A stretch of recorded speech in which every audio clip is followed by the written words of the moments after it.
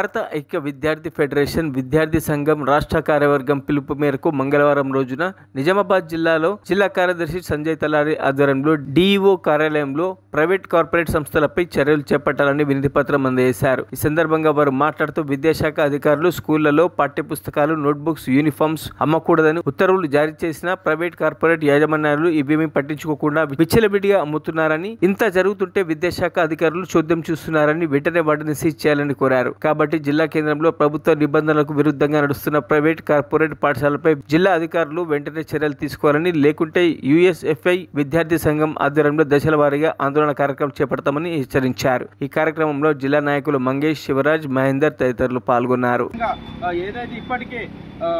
ఏదైతే ప్రభుత్వం ఉందో ఇప్పటికే ప్రైవేట్ స్కూళ్ళలో, కార్పొరేట్ స్కూళ్ళలో పాఠ్య పుస్తకాలు కానీ, యూనిఫామ్స్ కానీ అమ్మకూడదని ఉత్తర్వులు జారీ చేసినప్పటికీ కొన్ని ప్రైవేట్ పాఠశాలలు కానివ్వండి, అదేవిధంగా కార్పొరేట్ పాఠశాలలు కానివ్వండి, వాళ్ళ ఇష్టానుసారంగా వాళ్ళ తల్లిదండ్రుల నుంచి మేము మంచి చదువు చెప్తామనేసి చెప్పి వాళ్ళ గ్రామాలలోకి వెళ్ళి మా దగ్గర తక్కువ ఫీజులో మంచి చదువు ఉంటుందని చెప్పి వేలకు వేలు ఫీజు దోపిడీకి గురి అయితే చేస్తూ ఉన్నారు.